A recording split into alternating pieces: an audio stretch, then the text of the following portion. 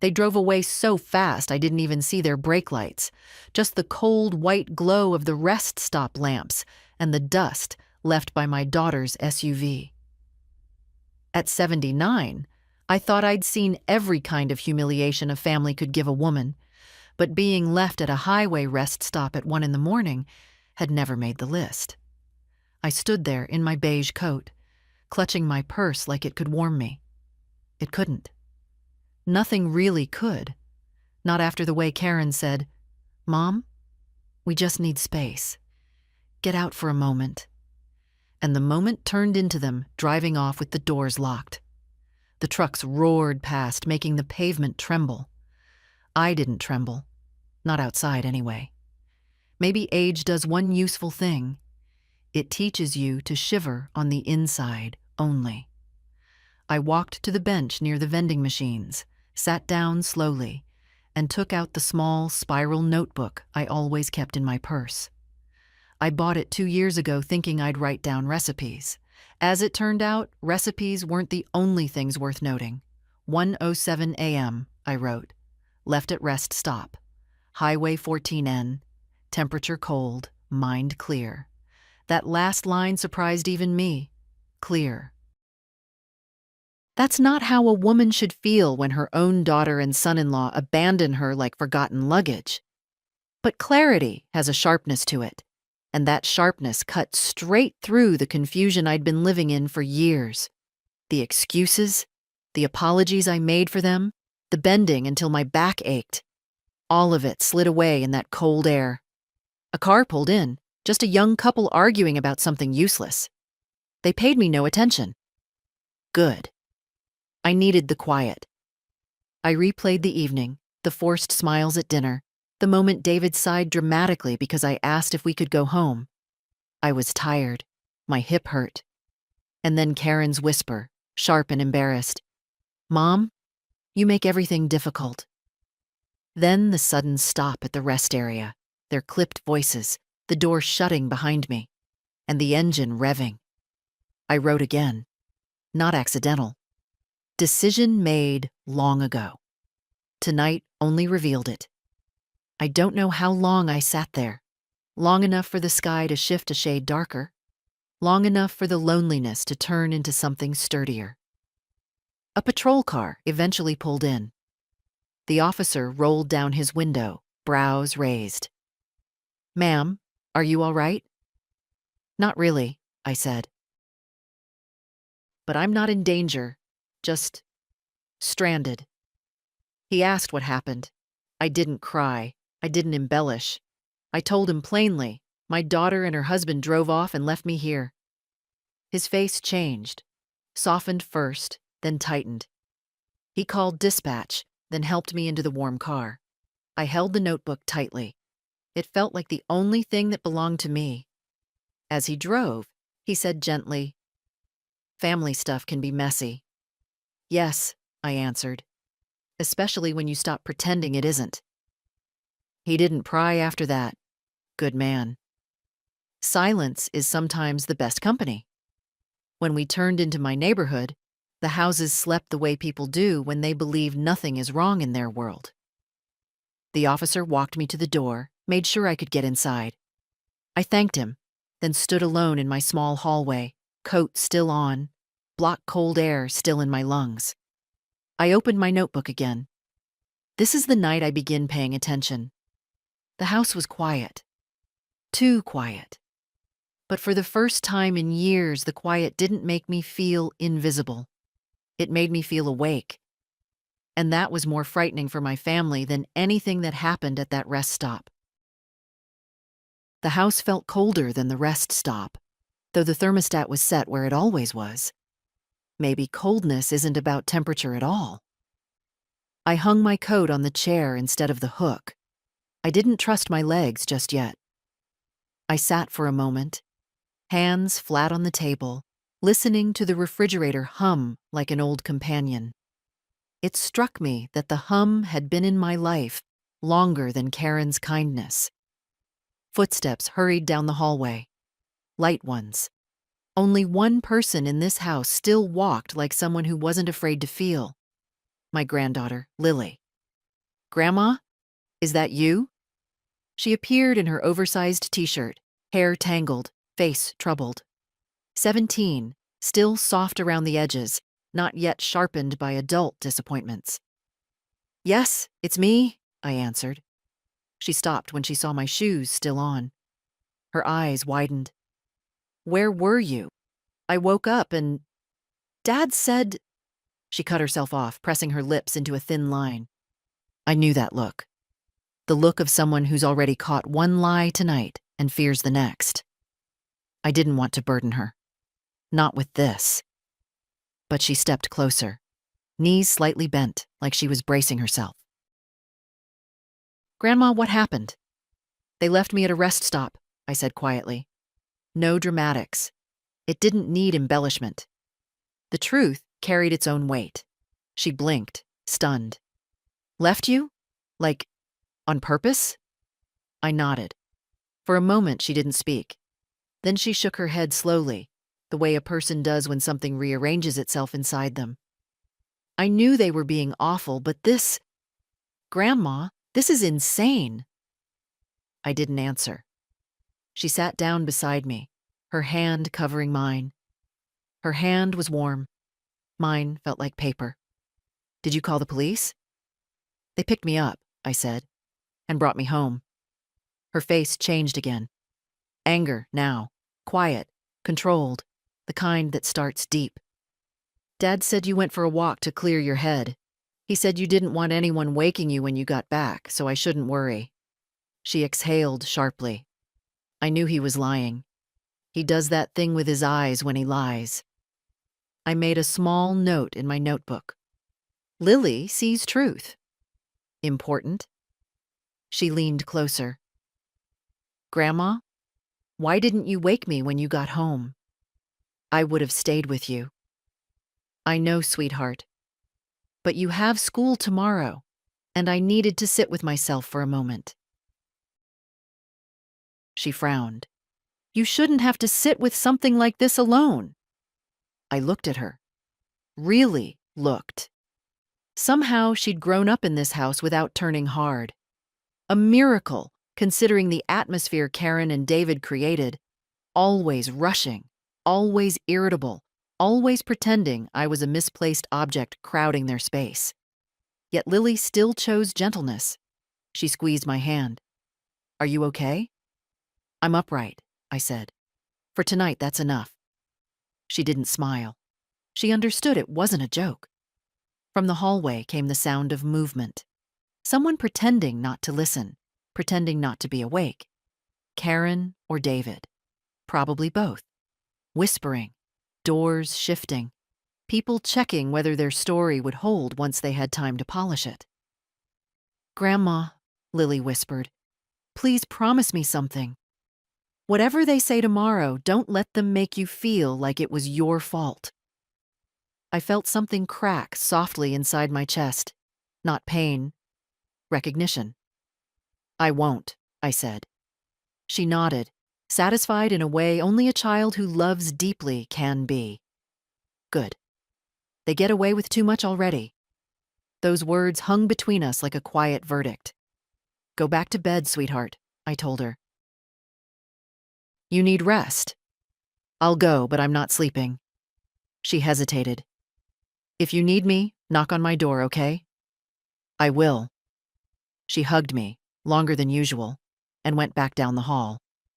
After her door clicked shut, the house returned to its familiar, practiced silence. But I wasn't fooled anymore. Silence in this house wasn't peace, it was avoidance. I opened my notebook again, returned home. Police officer kind, Lily honest, Karen and David hiding. Then I wrote one more line.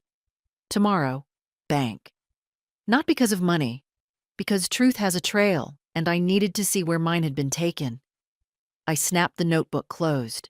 The decision felt solid, like a stone placed carefully in the palm. A beginning, not dramatic, just real. Upstairs, a floorboard creaked under a cautious step.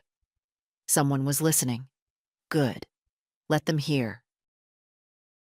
I didn't sleep that night. Not truly. I lay down for an hour or two, but my mind stayed upright, even if my body didn't. By 7 in the morning, the house began to stir the way it always did. Doors closing too loudly, coffee mugs clattering, the practiced tension of people who want to appear normal without doing the work of being normal. I heard Karen's voice first. Low, rehearsed. "Mom, are you awake?" She didn't ask out of concern. She asked the way someone checks a smoke alarm they hope is broken. "Yes," I said, sitting at the kitchen table with my notebook open. I didn't close it when she walked in. Let her see it. She wore her office blazer even though it was too early to leave. Her hair was perfectly smooth, as if control over her appearance could replace control over her guilt. "I heard you came home late," she said. "You should have called us. We would have picked you up."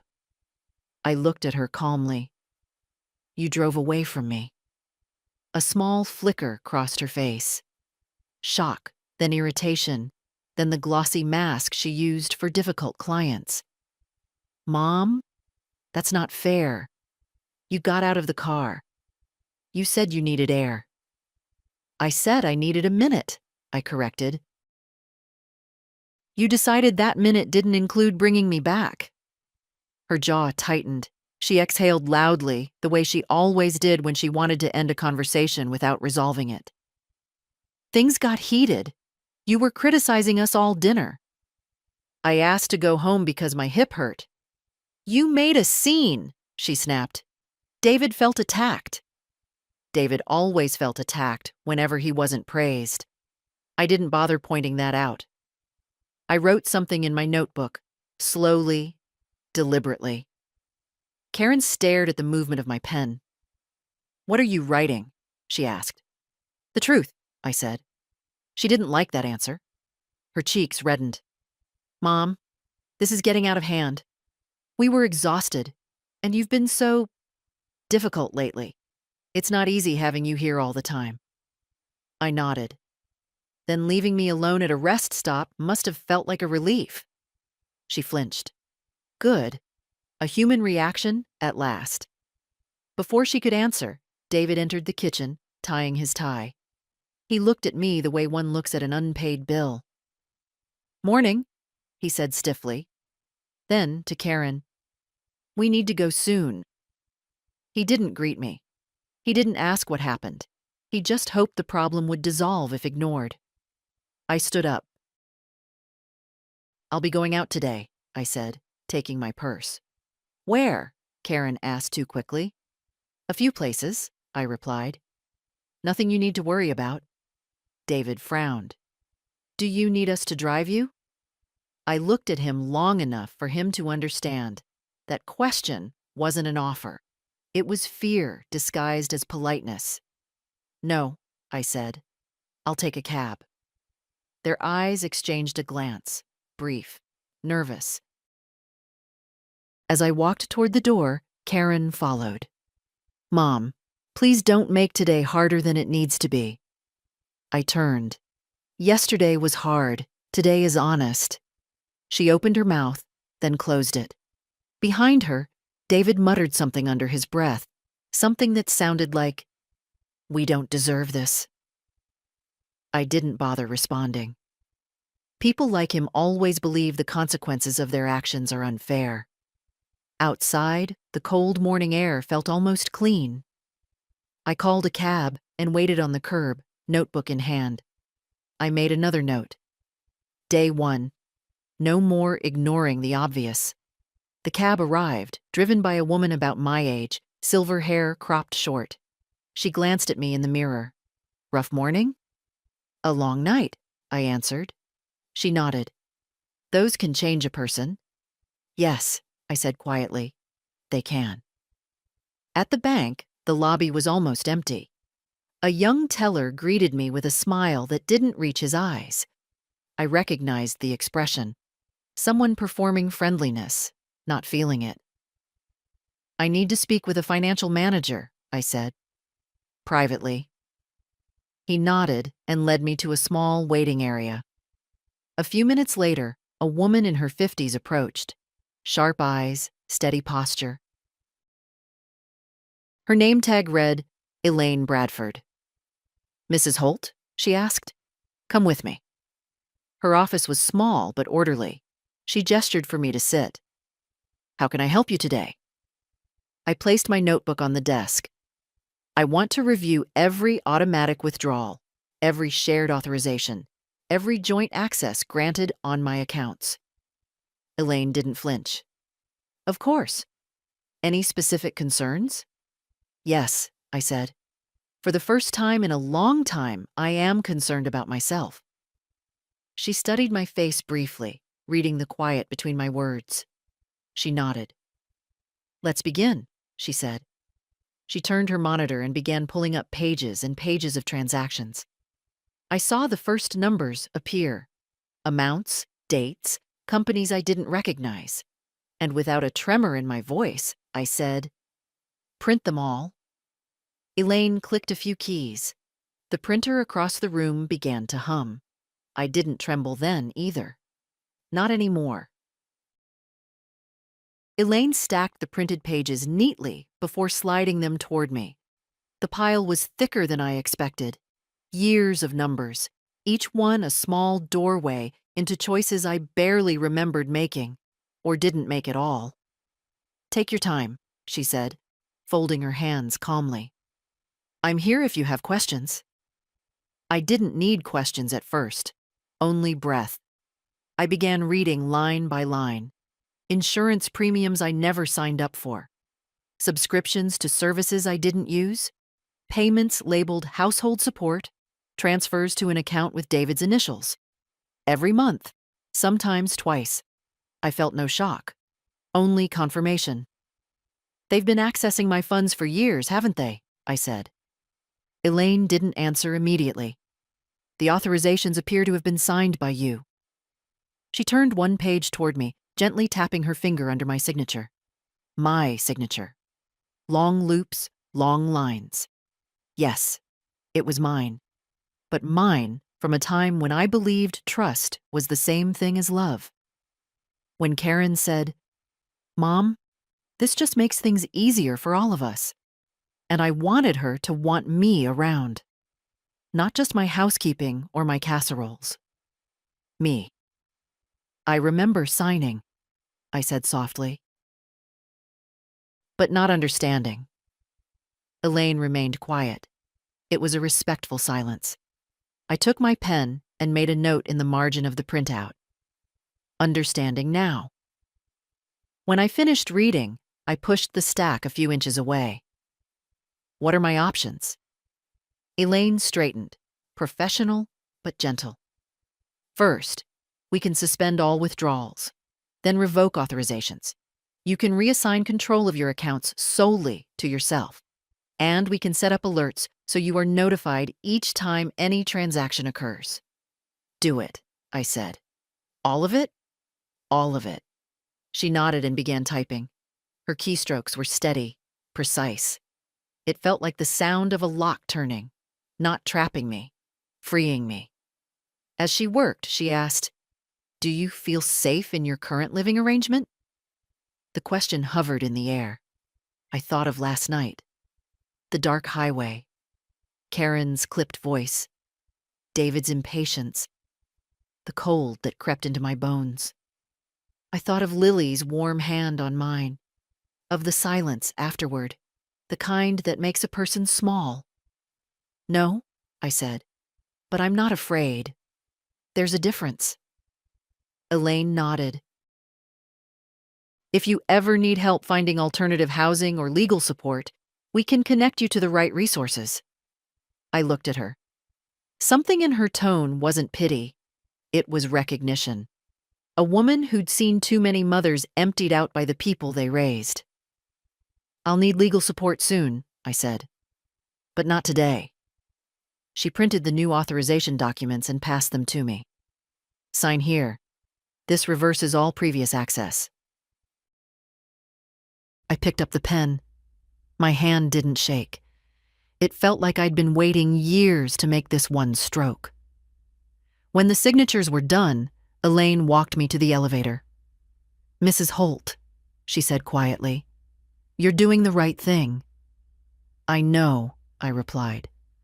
That's why it feels so strange. Outside, the morning sun had warmed the sidewalk. My cab hadn't arrived yet, so I sat on the bench near the entrance. Cars passed, people came and went, busy with lives that didn't intersect mine. I felt oddly unburdened. My phone buzzed. A message from Karen. Mom, call me ASAP. We need to straighten out what happened. David thinks this is getting blown out of proportion. I stared at the screen. For years, I would have responded immediately, apologizing for something that wasn't my fault. Not today. I wrote in my notebook. They want control back. They sense the shift. Then I typed a short reply. I'm busy today. I didn't explain with what. Explanations were a currency I no longer used. A second message arrived. Busy with what? I didn't answer. The cab pulled up and I slid into the back seat. The driver, an older man with deep lines around his eyes, glanced at me in the mirror. Beautiful day, he said. Yes, I answered, looking out the window. For some of us, it's the first in a while. As we drove through the neighborhood, I thought about Lily. She'd be leaving for school soon, walking with her backpack crooked on her shoulder, her hair never brushed quite enough. The only person in that house who looked at me without calculation. She would need to hear the truth. Not the version Karen crafted. Not the excuses David perfected. My truth. Simple and unadorned. When I stepped out of the cab in front of the house, I saw Lily at the sidewalk, tying her shoelaces. She looked up the moment she heard the door. Grandma, where'd you go this morning? I walked toward her, my notebook in hand. I needed to take the first step, I said. Now I need to tell you about it. Her eyes softened, curious and worried. Tell me everything, she said. And so I began. Lily walked beside me toward the house, her steps slowing the closer we came to the front door. She glanced at me the way people look at someone who's carrying something heavy but doesn't complain. I held my notebook at my side, almost like it was an extra limb now. Grandma, she said quietly, what did you mean by first step? We reached the porch. I didn't go inside yet. I sat on the top step, and she sat beside me without hesitation. Morning light was still soft, washing the street in a pale gold that made everything look kinder than it really was. I went to the bank, I said, to check what's been happening with my accounts. Her eyebrows knit together. And I opened the notebook, flipping to the newest page. They've been moving money, more than I understood, more than I ever agreed to. Lily looked down, pushing a loose thread on her jeans. I thought something like that might be happening. I turned toward her slowly. How long have you thought that? She hesitated, then breathed out. A year, maybe 2. I've heard arguments. Dad saying you owe them. Mom saying they're just using what's available. I didn't understand the details, but I knew it wasn't right. Her voice cracked on that last word. Right. She still believed in it. I envied her for that. I should have told you sooner, she whispered. No, I said gently. It wasn't your responsibility. It was mine. I just finally chose to look. She nodded, though I saw the guilt still clinging to her shoulders. Children always think the storms in a house are somehow their fault. The front door opened then. David's shape hovered in the doorway, stiff and restless. He didn't step outside. Oh, he said, as if finding us here had disrupted some script. You're back. I didn't respond. Silence is its own kind of truth. Lily stood up, instinctively placing herself between us. David's eyes narrowed slightly. He didn't like obstacles he couldn't push aside. Your mother and I tried calling, he said. We needed to talk about last night. Last night was clear, I replied. There's nothing to reinterpret. He shifted, one hand on the doorframe. Look, we were all tired. You took things the wrong way. I opened my notebook and wrote without hurry. Lily tilted her head, reading upside down. He says I misunderstood being abandoned. David bristled. What is that supposed to mean? It means I'm documenting, I said, so nothing gets blurred later. He looked genuinely unsettled by that. People who twist the truth are always nervous around the written version of it. Karen's voice floated from inside. David, what is she saying now? I closed the notebook. This isn't the place for a discussion, and I won't be having one right now. David exhaled through his nose. You're blowing this way out of proportion. We're family. That word, I said softly, has lost weight here. He didn't answer. He simply disappeared back inside as if retreating would make the truth fade. Lily sat again. Grandma, what are you going to do now? More steps, I said. Many of them. She was quiet for a moment, then, whatever happens, I'm with you. I hope you know that. I placed my hand over hers. I do. A school bus rumbled down the street then, the sound mixing with the rustle of early wind. Lily stood up reluctantly. I have to go, she said. Please text me when you get back later, or call, or just something. I will. She hugged me, tight, purposeful, and ran toward the bus stop. I watched her until she boarded. I waited until the bus turned the corner. Only then did I open my notebook again. Today, call lawyer, collect documents. No turning back. My handwriting looked different suddenly, firmer, like it remembered itself after years of being timid. Inside the house, two silhouettes moved behind the curtains, whispering, strategizing. Let them whisper. The next step was mine. By the time I reached the attorney's office, the morning had already sharpened into something decisive. The kind of morning when even the air feels like it's asking whether you're finally ready to stand up for yourself. I gave my name at the reception desk, and they led me to a small conference room with a long oak table. I sat at one end, notebook on my lap like armor. When Jennifer Marlowe entered, she wasn't what I expected. 63, hair the color of storm clouds, expression calm but alert. A woman who'd learned everything she knew the hard way. She greeted me with a firm handshake, respectful, not patronizing. Mrs. Holt, she said, sitting down, you mentioned the situation was urgent. It is, I answered. I need to protect what's mine, and I need to do it quietly. She folded her hands. Tell me what happened. I didn't dramatize. I didn't minimize. I simply told her. The rest stop. The years of small erasures. The financial access I'd allowed because I believed that helping my daughter would keep us close. Jennifer listened without interrupting, her gaze steady, not pitying. When I finished, she sighed softly. I hear stories like this more often than you might imagine. Not identical, but similar in shape.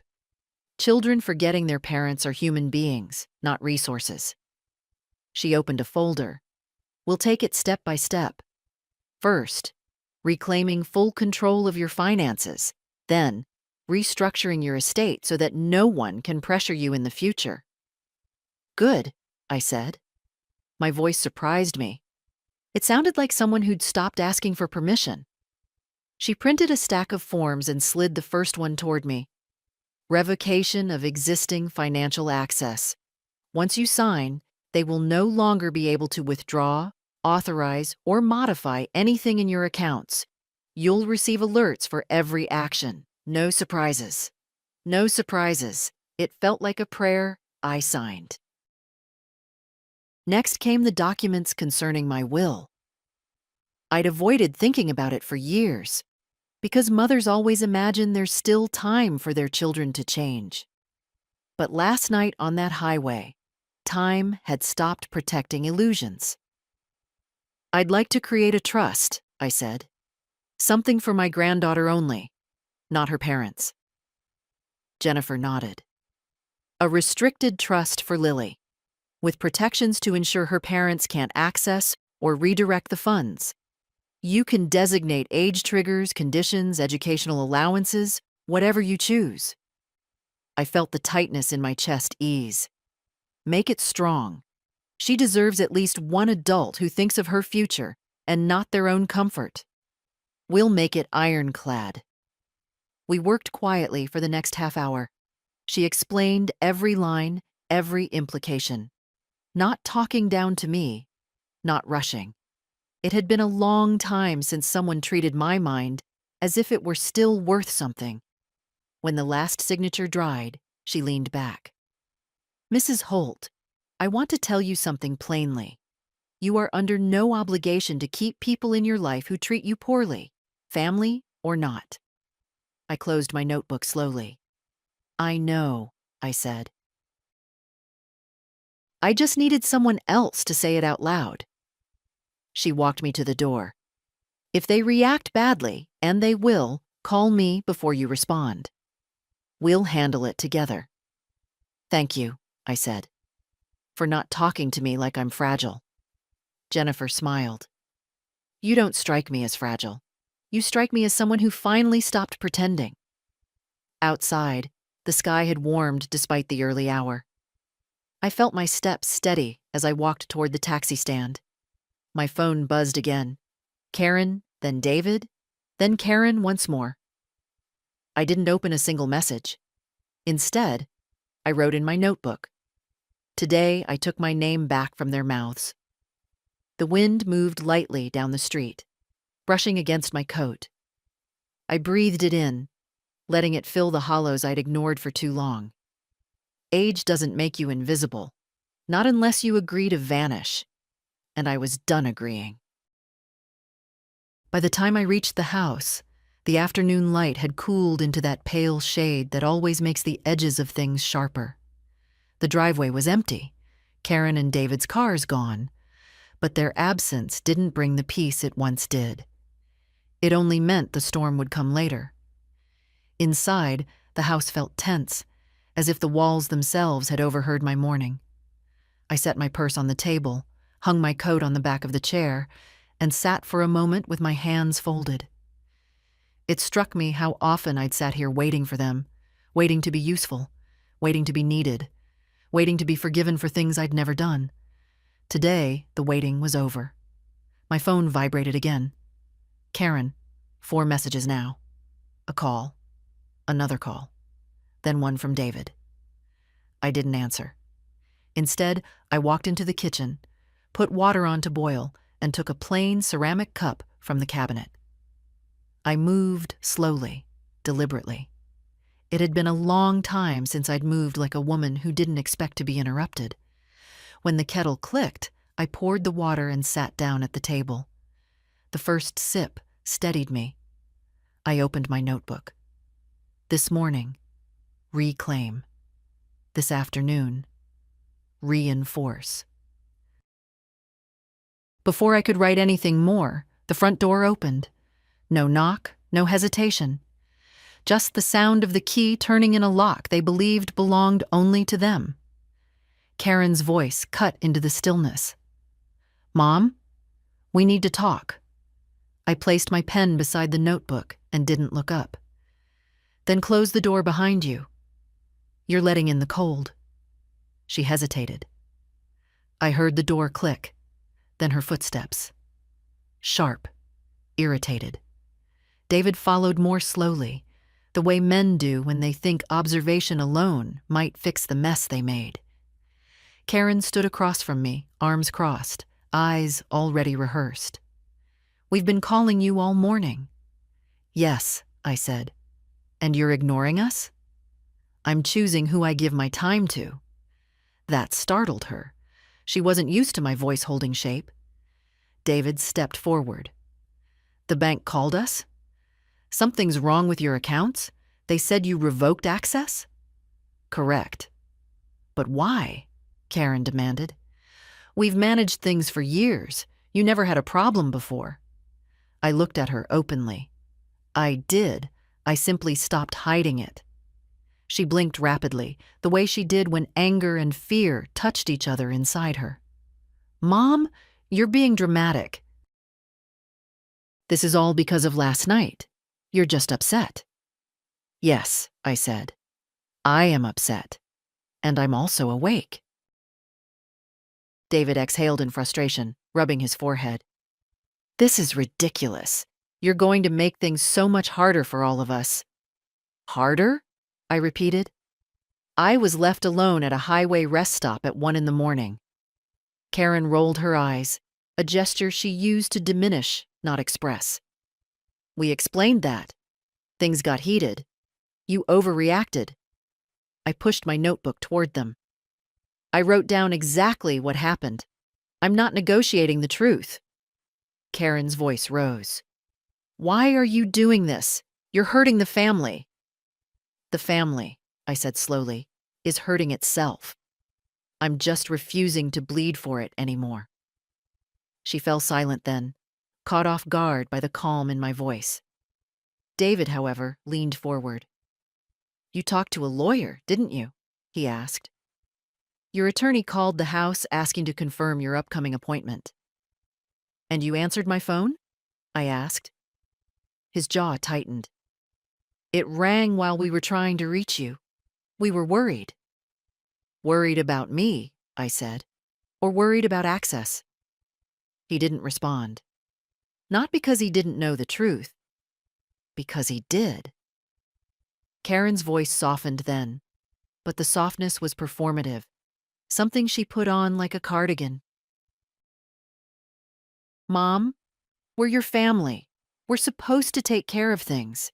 You know you need support. I needed support last night, I said. You drove away from me. She opened her mouth, then closed it. The truth was too blunt to swallow. For the first time, I noticed how young she looked in her anger. 48, and still convinced control was the same as love. I stood up quietly, and both of them straightened, as if expecting a negotiation.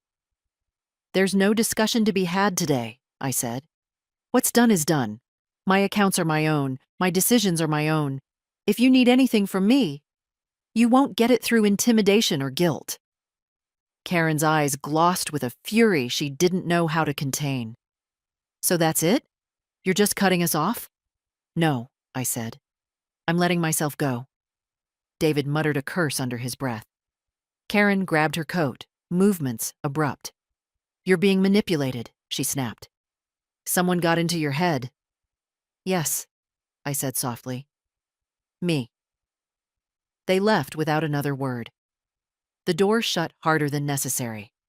The house exhaled when they were gone. I sat again at the table, opened my notebook, and finally finished the sentence I'd started earlier. This afternoon, reinforce, and remember, I am no longer afraid of the sound of their footsteps. For the rest of the afternoon, the house stayed unnaturally still, as if it were holding its breath after their shouting. I moved from room to room without aim, touching the edges of furniture I'd dusted for years, noticing how little of it actually belonged to me in feeling. Most of the things here were chosen by Karen, colors she approved of, arrangements she preferred, reminders that I was a guest in a place I paid for, but did not own with my life. I ended up in the small back room they used to call my space, a narrow bed, a lamp that flickered, a window that looked out onto the fence. I sat on the edge of the bed, letting my hands rest on my knees. I thought about Jennifer's words. I thought about the blank expression on David's face, the twisting look in Karen's eyes. And then I thought about Lily, the only part of this house that still felt human. I heard her return before I saw her. The front door opened softly, not like her parents' door-slamming announcements. I heard her backpack drop, then her steps coming down the hallway. "Grandma?" she called, uncertain. "In here," I answered. She slipped into the room, closing the door gently behind her. Her face was flushed from the walk home, but her eyes were darker than usual, too knowing for her 17 years. "Mom and Dad were freaking out," she said quietly. "They won't tell me what happened. Dad said you're being irrational. Mom said you're endangering everyone's stability." She made a bitter little laugh. "Whatever that means." I shifted to give her space beside me, and she sat, curling one leg under herself. She looked at me the way someone looks at a candle they're afraid will go out. "Did they hurt you?" she asked. "Not in the way you mean," I said. "But yes." She nodded, eyes down, absorbing that truth like rain on dry ground. "They're scared," she murmured. "I've never seen them like this. Mom keeps walking around the kitchen muttering, and Dad keeps checking his phone like he's waiting for someone to fix things." "No one is coming to fix things for them," I said. Lily exhaled slowly. Good. Her honesty startled me, though it shouldn't have. She'd been watching everything for years, quietly, politely, but watching. "Grandma," she whispered, leaning closer. "I know what they've been doing. Maybe not all the details, but enough. The way they treat you. The way they talk about you when they think I'm not listening. You don't deserve any of it." I felt something shift in my chest, an ache, but also a small, warm light. I put my hand over hers. "You're the reason I'm not leaving this house angry," I said. "Only determined." She squeezed my hand hard. "Are you leaving?" "I will," I replied, "but not all at once, not in fear. When I walk out of here, it will be on my terms." She nodded slowly. "Good. I want you to have somewhere better. Somewhere that feels like you." We sat in silence for a long moment. Not heavy, just true. Then Lily straightened, her voice practical. "So what happens next? There's no version of this where Mom lets this go. She hates losing control." "Yes," I said. And today she lost it. Lily glanced at the closed door, then leaned in again. "I want you to promise me something. When things get worse, and they will, don't face them alone." I touched her cheek gently. "You're the only one in this house who hasn't asked me to disappear." "I never will," she said fiercely. Her loyalty, quiet, steady, felt like the first real kindness I'd been given in years. We heard a car in the driveway then, doors slamming, Karen's voice rising even before she crossed the threshold. Lily stood. "I'll deal with them," she said. "No," I answered softly. "Let them come. I'm not hiding." Lily hesitated, then nodded and slipped out. I stayed seated on that narrow bed, hands calm in my lap, as their footsteps approached, heavy, angry, unprepared for the woman who no longer belonged to them. Today, I thought, is the day they learn who I've become. Night has a way of peeling back the noise from the day, leaving only what you can no longer ignore. By the time the house settled into its late evening silence, I felt the weight of everything that had happened pressed against my ribs, not choking me, but insisting I feel it fully. Karen and David had retreated to their room hours ago. Doors slammed, voices hissed, drawers yanked open. And then, the quiet that comes after people run out of words, but not out of anger. Lily checked on me once more before bed, her eyes tired from carrying emotions she hadn't caused. When she finally slipped into her room, the hallway dimmed into its usual yellow gloom. I sat alone in the living room, lights off, only the street lamp reaching inside in a thin bar across the carpet. I held my notebook open on my lap but didn't write anything yet. My hands were warm, steady. My mind, clearer than it had been in years. This is what certainty feels like, I thought. Not loud, not triumphant, just settled. Somewhere above me, a floorboard creaked. David's slow pacing. Then the dull thud of a door shut too firmly. Karen's. They were preparing themselves for tomorrow, planning ways to reel me back in, to insist I had imagined everything. I didn't need to hear their exact words. I knew the shapes of their arguments. I had lived inside them too long. I leaned back in the chair and closed my eyes. For a moment, I let myself imagine something simple. Waking in a place that didn't echo with resentment. A kitchen where I could make tea without feeling watched. A morning without rehearsed apologies. Freedom isn't grand, it's quiet, barely noticeable until you taste it.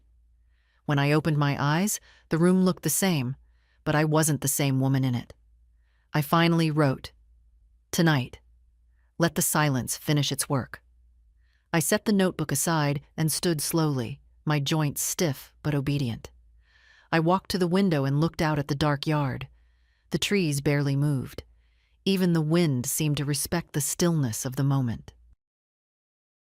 I thought of my husband then, not sentimentally, but like remembering an old truth. He used to say, "If you stay quiet long enough, the truth rises on its own." He wasn't a complicated man, but he understood dignity better than anyone I've known. I whispered into the glass, "I'm learning late, but I'm learning."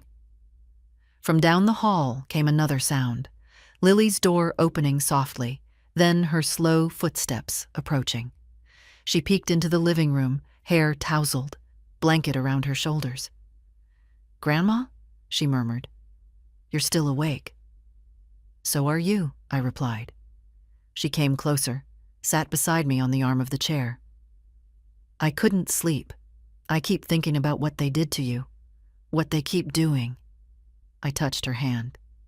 "Don't carry more than your share." "But I see everything, and I can't unsee it." Her voice trembled, but not from fear, from the strain of growing up too fast in a house that demanded silence from everyone. I slid my hand into hers, feeling how young she still was, fragile in the places she didn't show. "You're not responsible for their choices," I said, "and I'm not undone by them." She rested her head lightly against my shoulder. "I wish you could leave already," she whispered. "I wish you had somewhere to go." I didn't answer at once. I watched our reflections in the window, hers young and unformed, mine lined and steady. Two women at different ends of life, both learning the same truth in their own ways. "I will leave," I said finally. "Not out of hurt, out of clarity." She nodded against my arm. "Good." We sat like that for a long minute, just breathing, not talking, not trying to fix anything. At last she whispered, "I'm glad you're waking up." "So am I," I said. She stood and kissed my cheek before returning to her room. Her footsteps faded down the hall. A door clicked shut gently. The house fell silent again, a silence I no longer feared. Karen didn't come home quietly. I heard her before I saw her.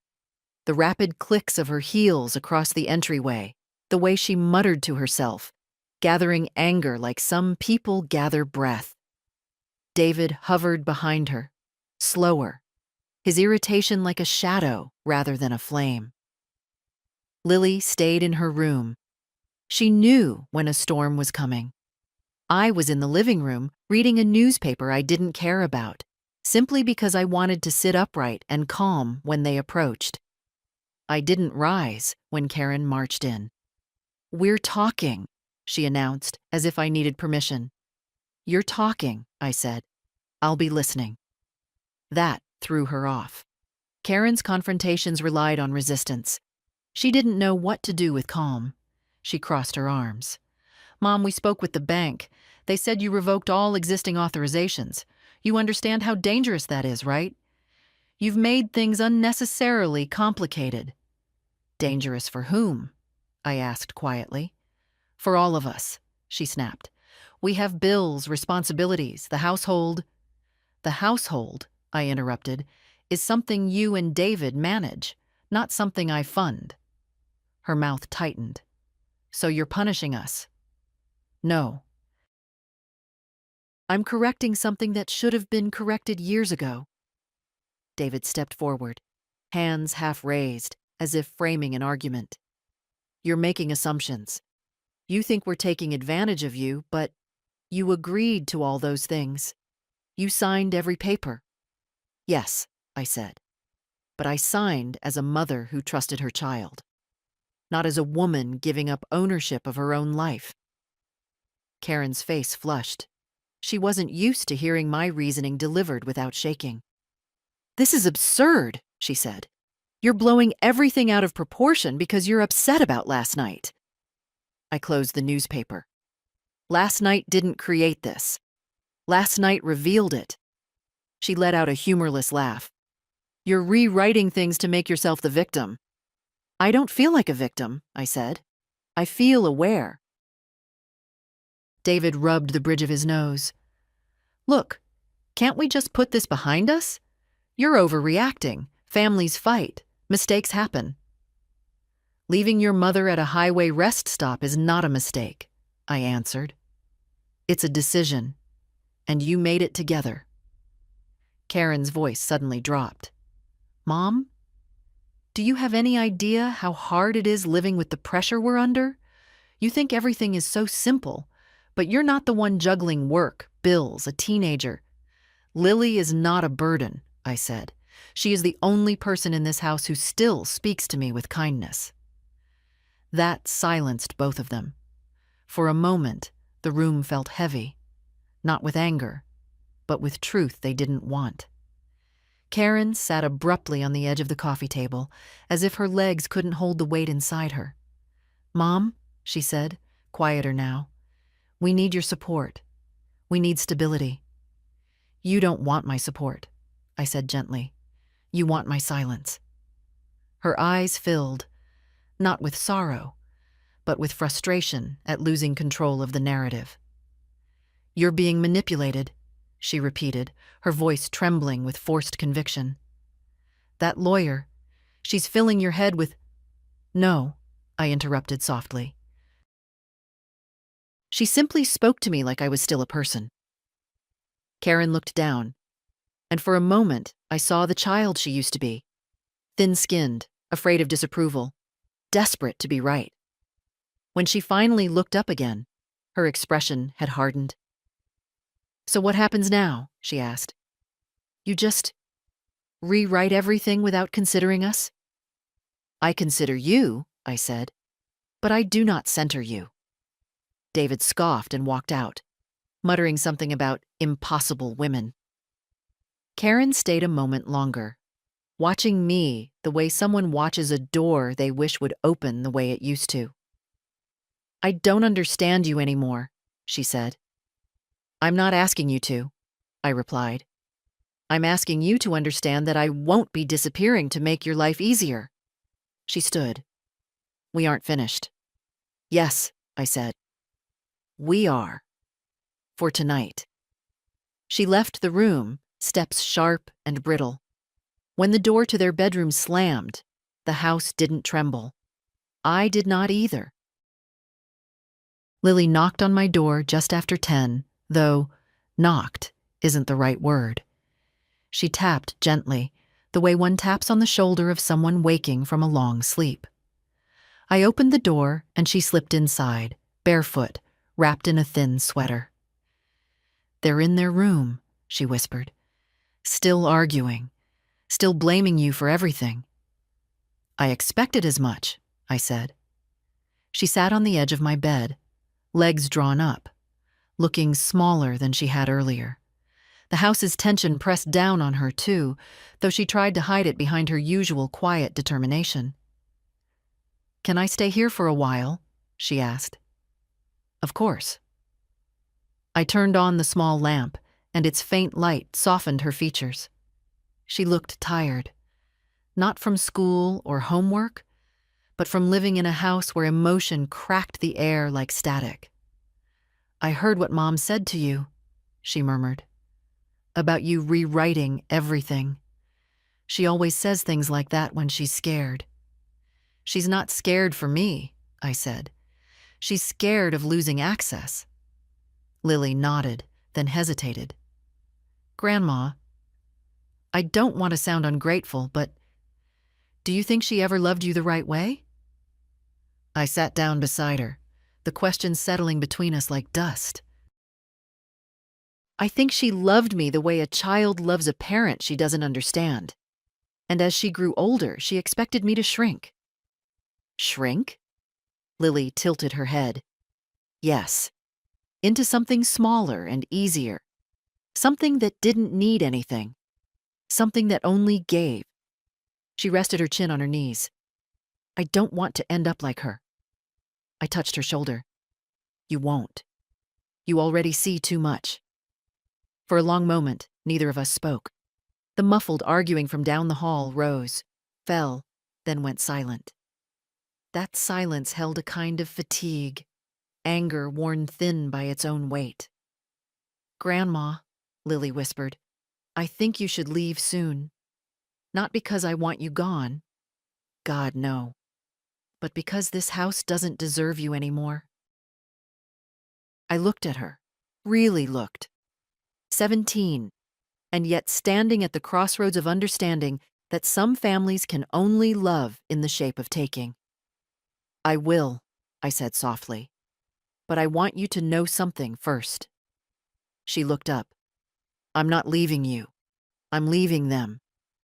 Her eyes glistened, but she blinked the tears back. "I know." I continued, choosing my words slowly. "When I go, it won't be in anger. It will be because I'm choosing a life where I can breathe, and because I'm choosing to give you an example, not of bitterness, but of boundaries." Lily exhaled shakily. "Good, because I want to grow up knowing it's allowed." I smiled, a small, tired smile, but a real one. It is allowed, even late in life. She leaned against my shoulder, and I stroked her hair, remembering the softness of her toddler curls. She stayed like that for a while, silent and warm until the tension in her body finally loosened. "Will you tell me before you go?" she asked. "Yes. You'll know every step." She nodded, satisfied, and rose slowly. "I should get back before they start wondering where I am. But thank you for today. For everything. Good night, sweetheart." After she slipped out, I closed the door and sat on the bed with my notebook resting across my knees. My room was dim and quiet, the kind of quiet that didn't feel like erasure, only rest. I wrote, "Tonight Lily stood with me, not as a child but as a witness, a person who sees truth without running from it. Then, beneath it, when I leave, it will be toward something, not away." I closed the notebook gently, as if sealing a decision inside it. Down the hall, a door shut loudly. Karen's. David's voice rose once, then stopped. The house was restless, but I wasn't. For the first time in years, I felt the weight shifting back into my own hands. The next morning, I woke before the sun, not from habit, but from clarity. Sleep had been shallow, but not troubled. I dressed slowly, choosing clothes not for anyone else's comfort, but for my own. A soft gray sweater, my oldest walking shoes. I packed my notebook into my purse and stepped into the hallway. The house smelled faintly of burnt toast. David's attempt at breakfast, likely thrown out after an argument. Their voices hadn't started yet, but the tension clung to the walls like humidity. I didn't linger. I walked straight to the front door and left without a sound. The air outside felt honest. Cold, but honest. At the cafe near the library, one of the few places in town where I could sit, without being eyed like an inconvenience. I found a table in the corner. I ordered tea, opened my notebook, and stared at the empty page. There were no tears, no trembling, just a steady awareness that the next chapter of my life would begin in ink before it began in motion.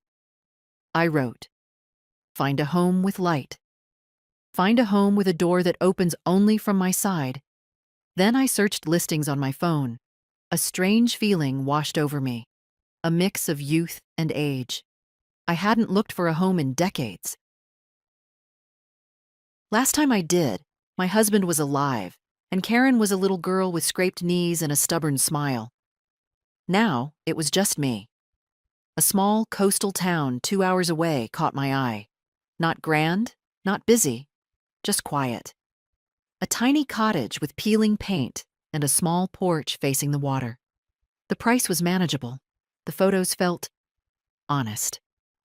I called the number.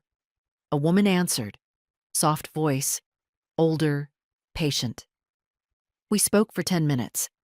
By the end of the call, I'd scheduled a viewing for the following week. When I hung up, I didn't feel fear, only relief. One step at a time, I reminded myself. I didn't need to run. I only needed to stop standing still. My tea grew cold as I made a list, documents to gather, items to pack, conversations I would not have. I would tell Lily first, then Jennifer. Karen and David would learn in due time, but not from my explanations. Explanations were another currency I was done spending. By noon, I returned to the house. Their cars were in the driveway. The front door was half open, voices leaking out. Frustrated, tired, circling the same arguments they'd failed to win last night.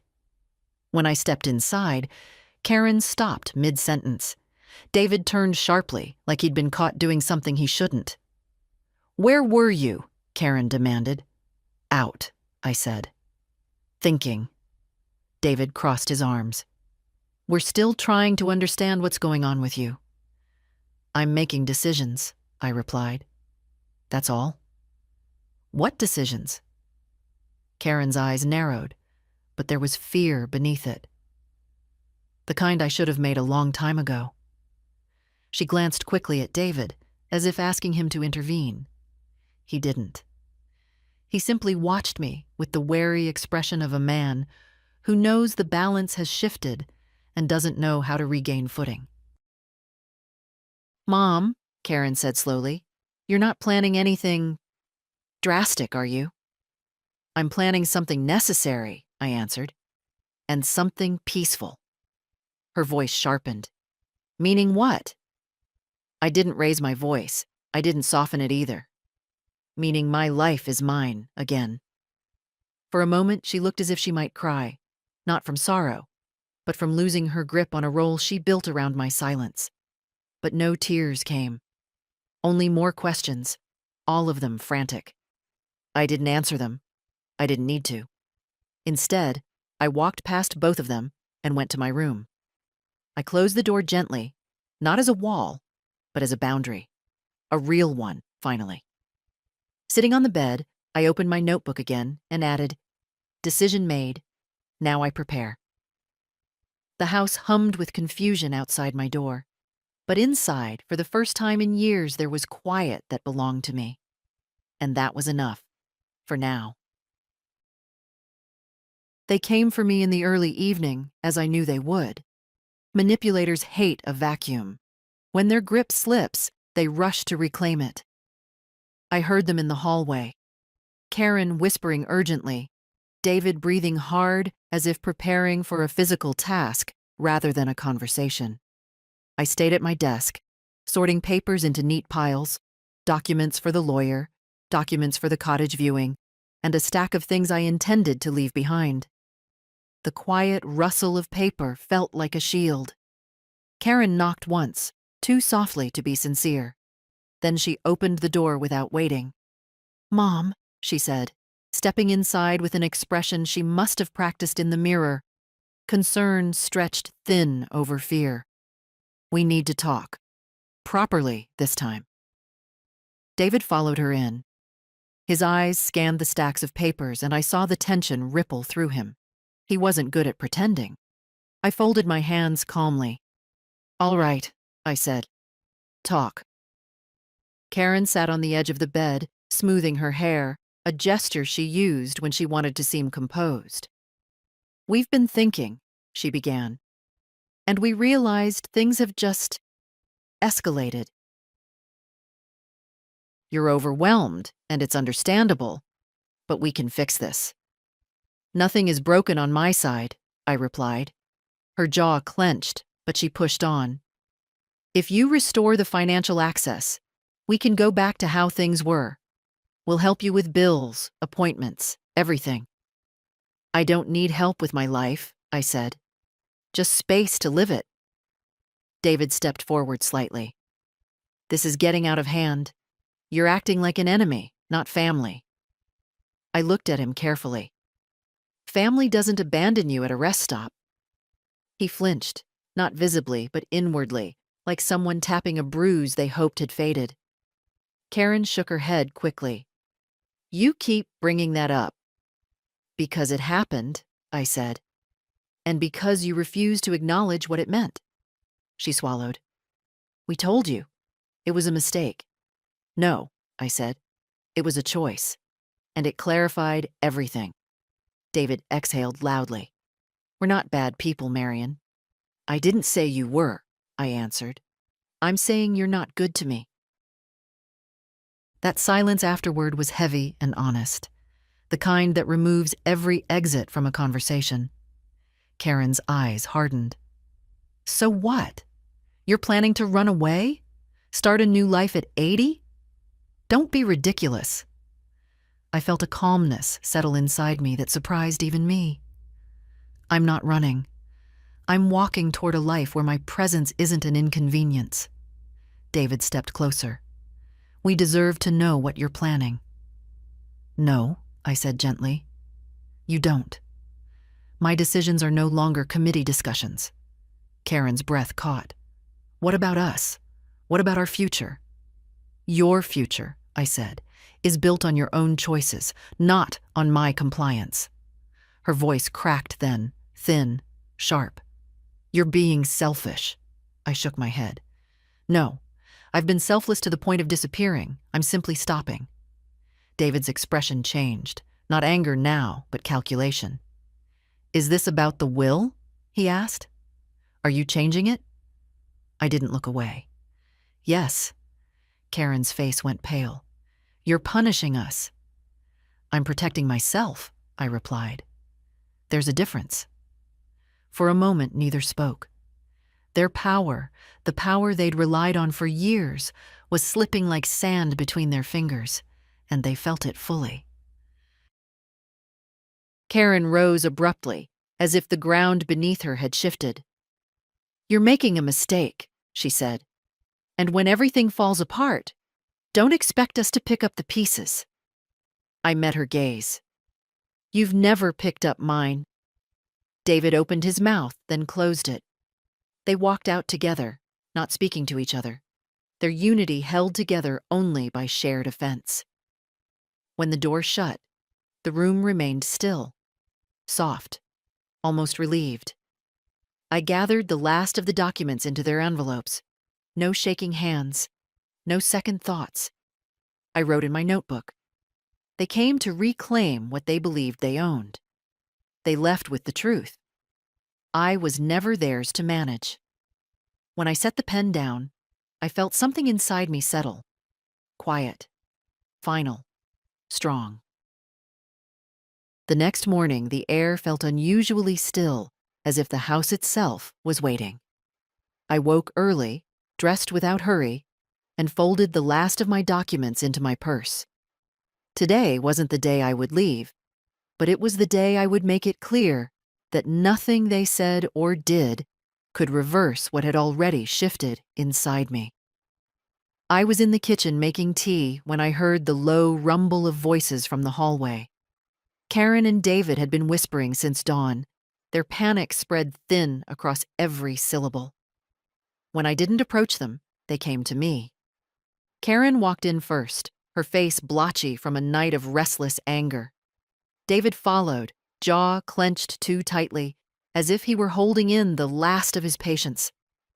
"We need to talk," Karen said. This time, her voice held no rehearsed softness, just fear dressed as authority. I stirred my tea, then set the spoon down gently. "Go ahead." Karen inhaled deeply, steadying herself. "We talked last night, and we think you're making decisions without understanding the consequences." "I understand them perfectly," I said. "No," she insisted. "You don't. You can't just cut us out. You can't change your will without consulting us." "That affects the entire family." "The entire family," I replied, "had the opportunity to treat me as part of it." David stepped closer, frustration leaking into his voice. "This whole thing is out of proportion. You're acting like we're villains." "You're not villains," I said gently. "You're just people who chose yourselves at my expense." He faltered at that. Truth tends to do that to those who avoid it. Karen shook her head, pacing a few steps, then stopping abruptly. "We think you're being influenced. That lawyer, you barely know her. You've never made decisions like this before." "I've never been left alone on a highway before," I reminded her. She flinched. Every time I repeated that fact, her composure cracked a little more. "We apologized," she said tightly. "What more do you want?" "I want honesty," I replied, "and I want dignity, neither of which I've had in this house for years." Karen's eyes darted toward David, silently asking for backup. He stepped forward, hands on his hips. "If you go through with this," he said, "you're tearing this family apart." "No," I said. "I'm stepping out of what's already torn." The room fell quiet. Not peaceful, charged. Karen's voice dropped to a strained whisper. "So what, Mom? You're really going to rewrite everything? Leave us with nothing? After everything we've done for you?" I looked at her, not as my daughter, but as a woman who had built her life on the assumption that I would never resist. "You did not take care of me," I said. "You managed me. There's a difference." Her mouth opened, then closed. She was losing ground she didn't know how to defend. David tried one more angle. "You're making irrational choices because you're hurt. If you leave, if you change your will, you'll regret it." "I will regret only one thing," I said softly. "That I allowed this to go on for so long." Karen's posture collapsed, not dramatically, but visibly. She sat at the table, pressing her fingers to her temples. "Mom, I don't know how to talk to you anymore." "I don't need you to talk to me," I replied. "I need you to listen." She looked up slowly, eyes glossy with frustration and something else. Fear of a world where I wasn't under her control.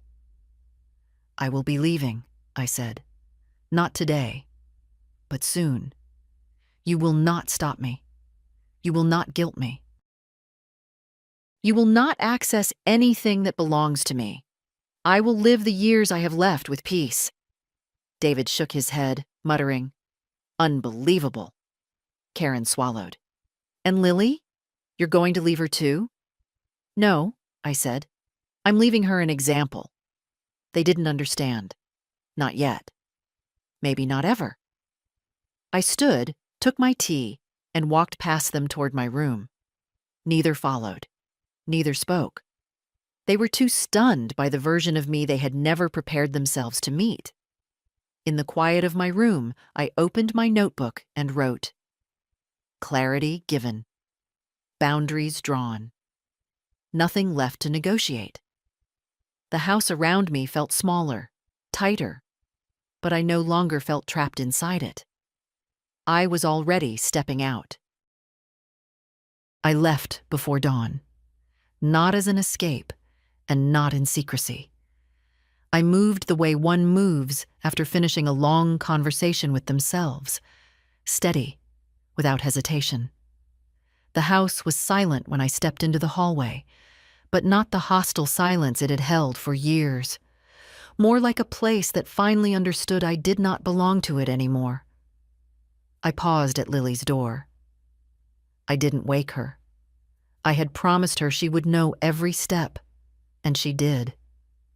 The night before, we had sat together, talking quietly about the cottage by the water, about afternoons with no shouting, about air that didn't carry tension like dust. Her eyes had shone, not with sadness, but with something like relief. "You deserve somewhere soft," she'd whispered. "So do you," I'd answered. I left a note on her desk. Simple, honest, written in my clearest hand. "Come visit when you can. I'll always have a place for you." I knew she'd understand the weight beneath the words. Outside, the sky was pale and wide. The taxi pulled up and I settled into the back seat, my purse on my lap, my notebook inside it. Everything else I left behind. Pots, linens, the old lamp, the chair whose cushions sagged where I had sat too many nights waiting for people who were not waiting for me. Some things are not worth carrying into a new life. The town grew smaller behind us. The grocery store where Karen complained about prices, but filled the cart anyway. The park where I used to push Lily on the swings. The rest stop road hidden beyond the trees. A place I would never forget and never return to. Not with my body, at least. My memory could make its own choices. 2 hours later, the taxi turned into a narrow street that sloped gently toward the water. The cottage stood at the end, pale blue with worn shutters and a porch that leaned slightly to the left like an old friend with a sense of humor. The sea was only a few steps beyond it, its breath steady, patient. I got out slowly, feeling the ground beneath me, firm and mine. The woman from the listing, Margaret, waved from the porch. Gray hair in a braid, kind eyes, the posture of someone who doesn't rush unless there's a reason. "Mrs. Holt?" she asked. "Yes," I said. "You came early. I've been late to enough things in my life." She smiled at that, a real one, and handed me the keys. "It's ready for you whenever you are."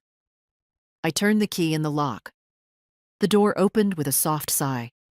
Inside was a small living room, sunlight spilling across the wooden floor. Clean, quiet, waiting. No raised voices. No footsteps demanding explanation. No tension clinging to the walls. Just space. Just air. Just my life. I set my purse on the old wooden table, took out my notebook, and placed it beside the window where the light touched the pages. For the first time in years, I didn't feel the need to write immediately. The space itself held the words. I sat on the porch steps and watched the tide move in and out, slow and sure, as if reminding me that beginnings aren't loud. They're rhythmic. My hands rested in my lap, empty and light. I thought of Lily. I thought of her growing into her own strength, seeing in my choice a map she didn't know she'd one day need. I thought of Karen and David, too, not with bitterness, but with distance, the kind that grows naturally when someone stops feeding the roots. When the sun finally broke through the clouds, I felt it on my face, a small, steady warmth. I whispered, almost to myself, "This is mine, not borrowed, not tolerated, mine. And if someone reading these words has spent too many years shrinking into the corners of their own life, I hope they hear this quietly. You are allowed to take your name back. You are allowed to walk toward the door that opens for you. You are allowed to begin again at any age."